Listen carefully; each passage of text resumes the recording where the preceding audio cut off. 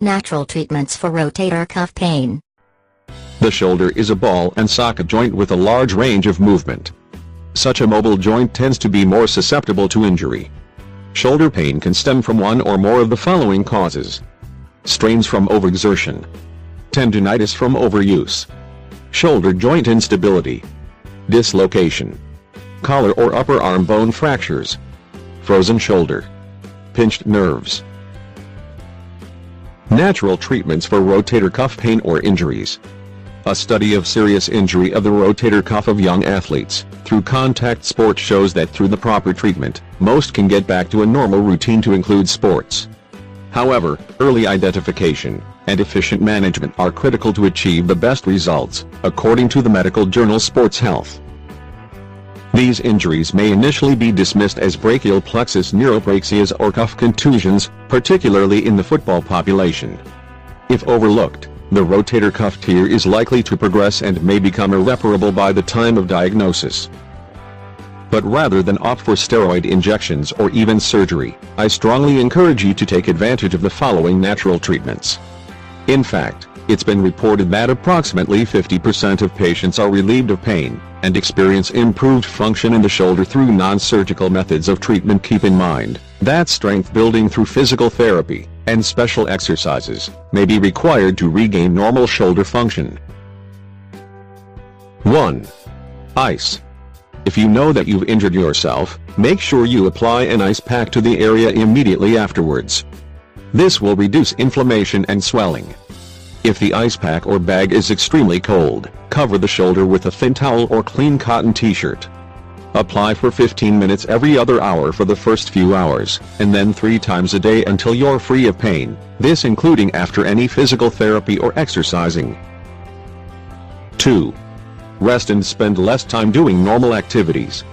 Often, the initial step to any injury, or even potential injury, is rest.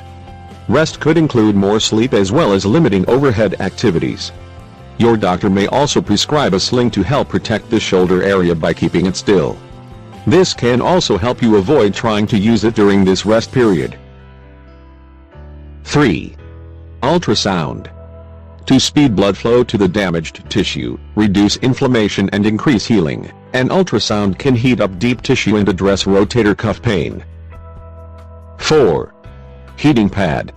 Heat can improve healing. A physical therapist may also use a moist heating pad for 15 to 20 minutes before exercise, and it can be useful to do this at home too. 5. Physical therapy. Overall, physical therapy and occupational therapy may be the best treatments long-term, and could get you back to a normal routine and restoration much faster than steroid injections or surgery. Evidence through clinical trials suggests that physical therapy with prescribed exercises can help provide healing of conditions such as shoulder impingement, rotator cuff tendinopathy, rotator cuff tears, glenohumeral instability, adhesive capsulitis and stiff shoulders when applied to rehabilitating patients. 6. Anti-inflammatory foods and natural painkillers. While drugs like ibuprofen can reduce pain and swelling, they're also dangerous. So, when possible, opt for non-synthetic methods such as avoiding highly inflammatory foods. Consider anti-inflammatory foods that will help you heal much faster while providing other useful benefits to your health. There are some great natural painkillers for shoulder pain and tendinitis in the rotator cuff that can be very useful as well. 7. Essential oils. One such natural painkiller is peppermint essential oil. By applying a peppermint essential oil rub twice daily, you can provide the rotator cuff with natural healing alternatives. Peppermint oil is a very effective natural painkiller and helps relax the muscles. Simply blend it with coconut or almond oil, and rub onto the affected area. Other effective anti-inflammatory oils include arnica, evening primrose and lavender oils. 8. Strengthening. Specific exercises can help restore movement and strengthen your shoulder and the muscles and tendons that support it. The goal is to strengthen the muscles that support your shoulders so that you get much needed pain relief, while preventing additional injury to the area. 9. Stretching. The other side of the rehab coin to strength moves is stretching exercise. This can help improve flexibility and range of motion, but keep in mind that it takes time and your commitment to performing these exercises 1 to 2 times per day, 3 to 4 times per week. Also, while you are likely to feel discomfort, if you feel any pain when performing these exercises, please stop immediately and consult your doctor. 10. Acupuncture.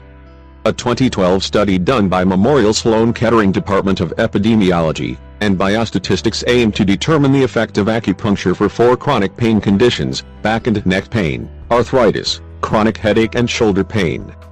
The researchers reviewed clinical trials involving over 17,000 patients, and the results showed that patients receiving acupuncture had less pain than patients in the placebo control group. The conclusion was that acupuncture is effective for the treatment of chronic pain, and is more than just a placebo effect. Therefore, it's a reasonable referral option for doctors